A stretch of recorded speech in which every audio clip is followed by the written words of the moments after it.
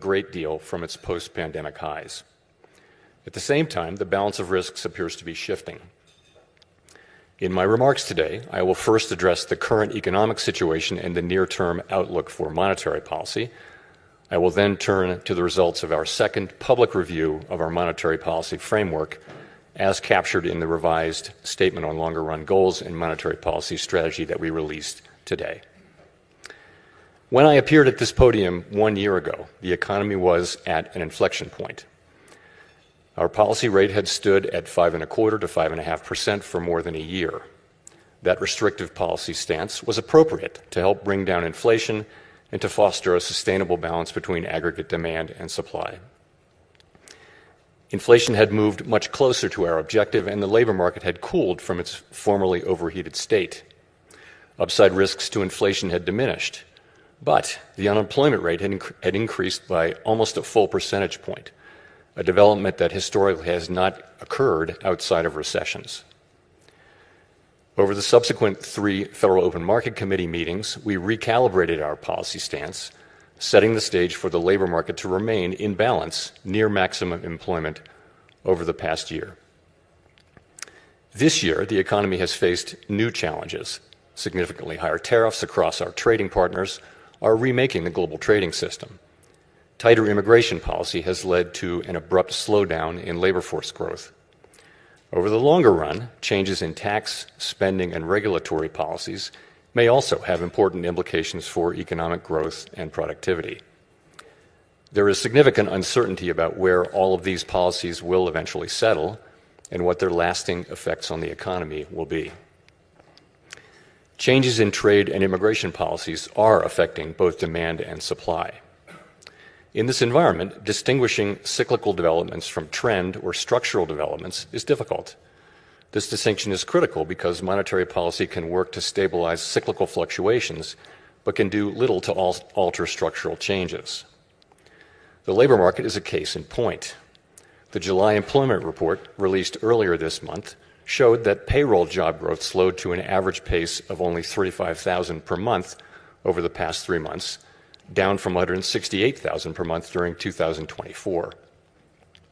This slowdown is much larger than assessed just a month ago, as the earlier figures for May and June were revised down substantially. But it does not appear that the slowdown in job growth has opened up a large margin of slack in the labor market, an outcome we want to avoid. The unemployment rate, while edging up in July, stands at a historically low level of 4.2% and has been broadly stable over the past year. Other indicators of labor market conditions are also little changed or have softened only modestly, including quits, layoffs, the ratio of vacancies to unemployment, and nominal wage growth. Labor supply has softened in line with demand, sharply lowering the break-even rate of job creation needed to hold the unemployment rate constant. Indeed, labor force growth has slowed considerably this year with the sharp fall-off in immigration, and the labor force participation rate has edged down in recent months.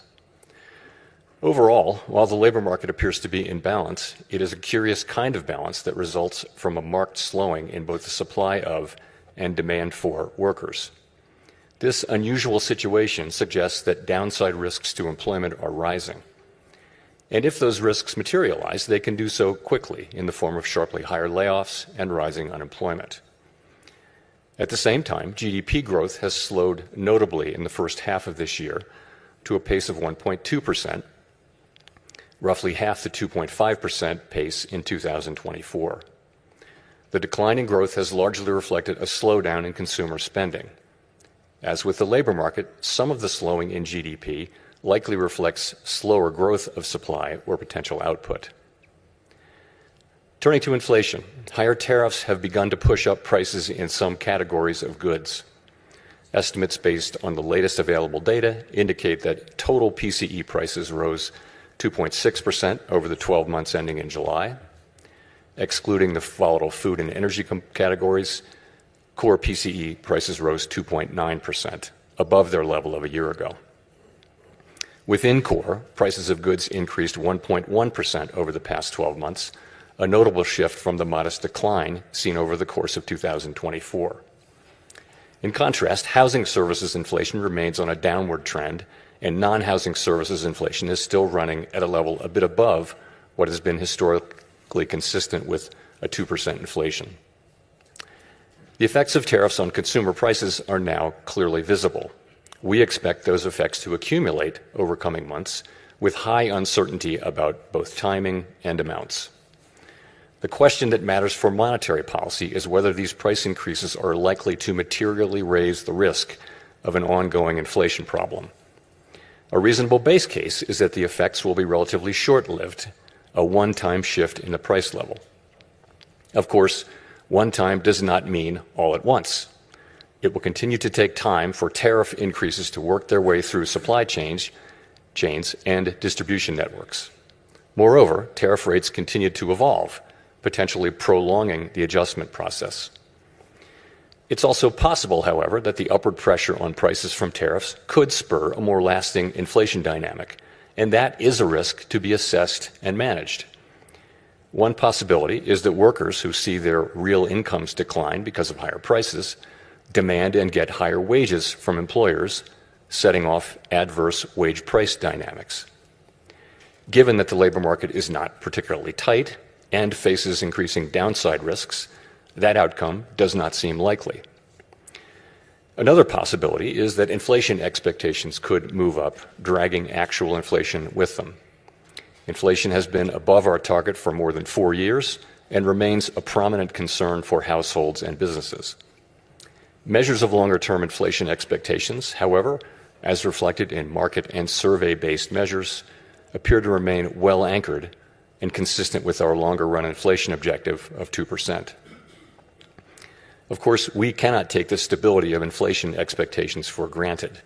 Come what may, we will not allow a one-time increase in the price level to become an ongoing inflation problem.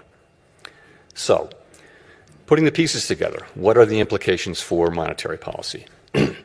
In the near term, risks to inflation are tilted to the upside and risks to employment to the downside, a challenging situation. When our goals are in tension like this, our framework calls for us to balance both sides of our dual mandate. Our policy rate is now 100 basis points closer to neutral than it was a year ago, and the stability of the unemployment rate and other labor market measures allows us to proceed carefully as we consider changes to our policy stance. Nonetheless, with policy in restrictive territory, the baseline outlook and the shifting balance of risks may warrant adjusting our policy stance. Monetary policy is not on a preset course. FOMC members will make these decisions based solely on their assessment of the data and its implications for the economic outlook and the balance of risks. We will never deviate from that approach. So, turning then to my second topic. Our monetary policy framework is built on the unchanging foundation of our mandate from Congress to foster maximum employment and stable prices for the American people. We remain fully committed to fulfilling our statutory mandate, and the revisions to our framework will support that mission across a broad range of economic conditions. Our revised statement on longer-run goals and monetary policy strategy, which we refer to as our consensus statement to save time, describes how we pursue our dual mandate goals. It is designed to give the public a clear sense of how we think about monetary policy, and that understanding is important both for transparency and accountability, and for making monetary policy more effective. The changes we made in this review are a natural progression grounded in our ever-evolving understanding of our economy. We continue to build upon the initial consensus statement adopted in 2012 under Chairman Ben Bernanke's leadership. Today's revised statement is the outcome of the second public review of our framework, which we conduct at 5-year intervals. This year's review included 3 elements: Fed Listens events at reserve banks around the country, a flagship research conference, and policymaker discussions and deliberations supported by staff analysis at a series of FOMC meetings.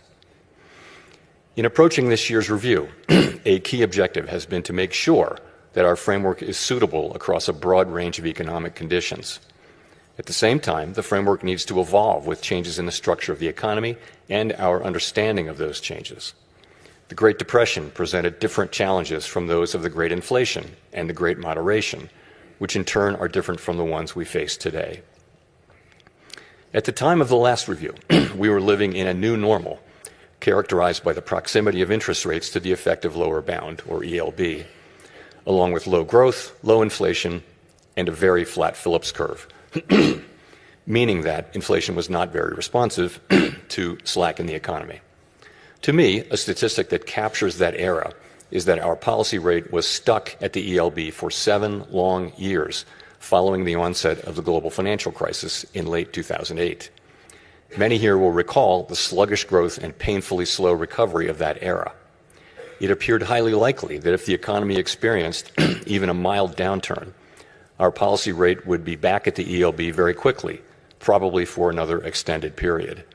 Inflation and inflation expectations could then decline in a weak economy, raising real interest rates as nominal rates were pinned near zero.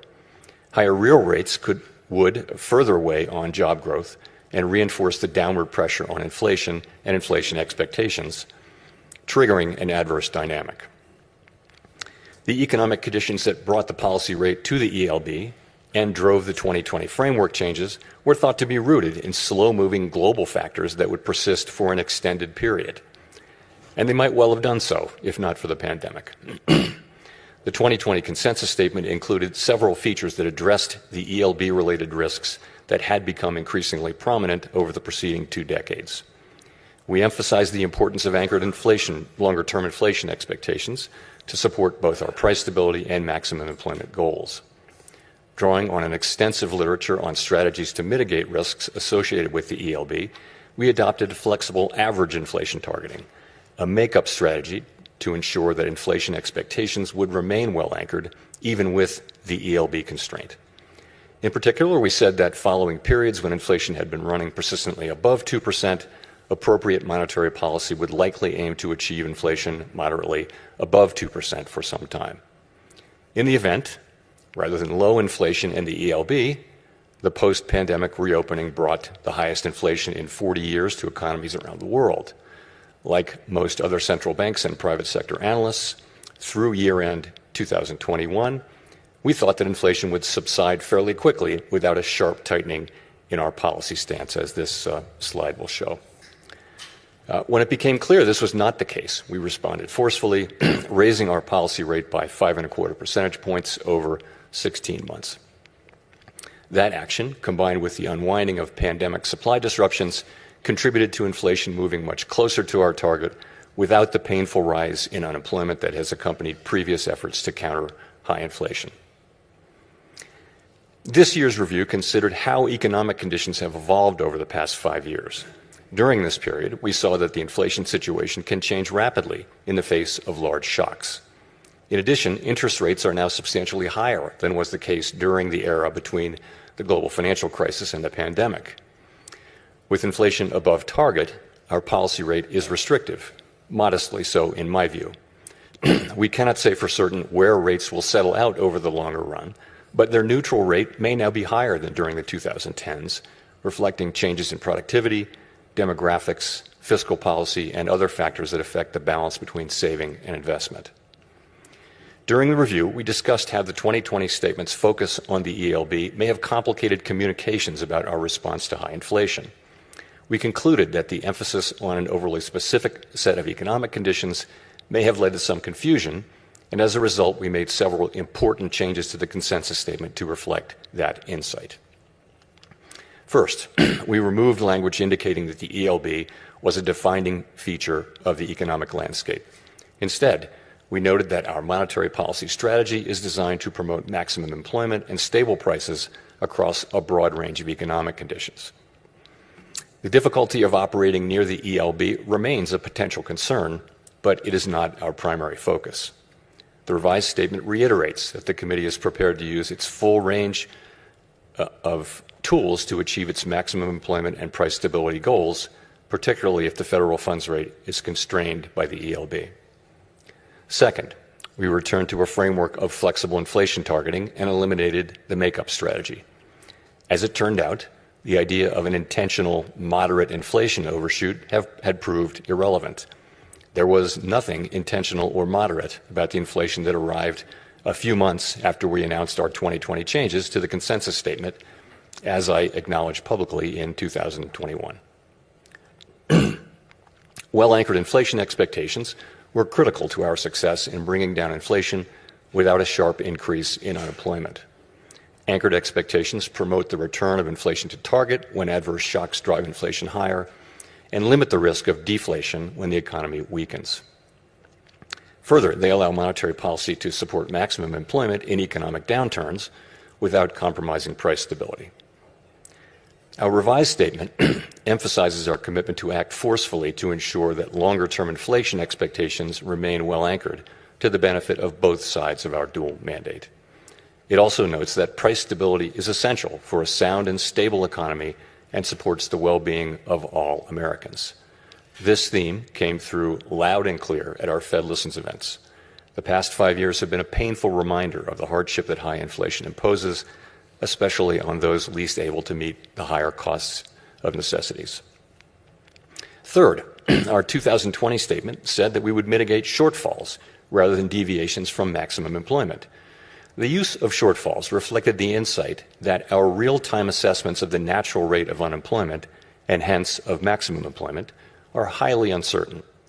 The later years of the post-global financial crisis recovery featured employment running for an extended period above mainstream estimates of its sustainable level, along with inflation running persistently below our 2% target. In the absence of inflationary pressures, it might not be necessary to tighten policy based solely on uncertain real-time estimates of the natural rate of unemployment. We still have that view, but our use of the term shortfalls was not always interpreted as intended, raising communications challenges. In particular, the use of shortfalls was not intended as a commitment to permanently forswear preemption or to ignore labor market tightness. Accordingly, we removed shortfalls from our statement. Instead, the revised document now states more precisely that the committee recognizes that employment may run at times above real-time assessments of maximum employment without necessarily creating risks to price stability. Of course, preemptive action would likely be warranted if tightness in the labor market or other factors pose risks to price stability. The revised statement also notes that maximum employment is the highest level of employment that can be achieved on a sustained basis in a context of price stability. This focus on promoting a strong labor market underscores the principle that durably achieving maximum employment fosters broad-based economic opportunities and benefits for all Americans. The feedback we received at Fed Listens events reinforced the value of a strong labor market for American households, employers, and communities. Fourth, consistent with the removal of shortfalls, we made changes to clarify our approach in periods where our employment and inflation objectives are not complementary. In those circumstances, we will follow a balanced approach in promoting them. The revised statement now more closely aligns with the original 2012 language. We take into account the extent of departures from our goals and the potentially different time horizons over which each is projected to return to a level consistent with our dual mandate. These principles guide our policy decisions today, as they did in the 2022 to 24 period, when the departure from our 2% inflation target was the overriding concern. In addition to these changes, there is a great deal of continuity with past statements. The document continues to explain how we interpret the mandate Congress has given us and describes the policy framework that we believe will best promote maximum employment and price stability. We continue to believe that monetary policy must be forward-looking and consider the lags in its effects on the economy. For this reason, our policy actions depend on the economic outlook and the balance of risks to that outlook. We continue to believe that setting a numerical goal for employment is unwise because the maximum level of employment is not directly measurable and changes over time for reasons unrelated to monetary policy. We also continue to view a longer-run inflation rate of 2% as most consistent with our dual mandate goals. We believe that our commitment to this target is a key factor, helping keep longer-term inflation expectations well anchored. Experience has shown that 2% inflation is low enough to ensure that inflation is not a concern in household and business decision-making, while also providing a central bank with some policy flexibility to provide accommodation during economic downturns.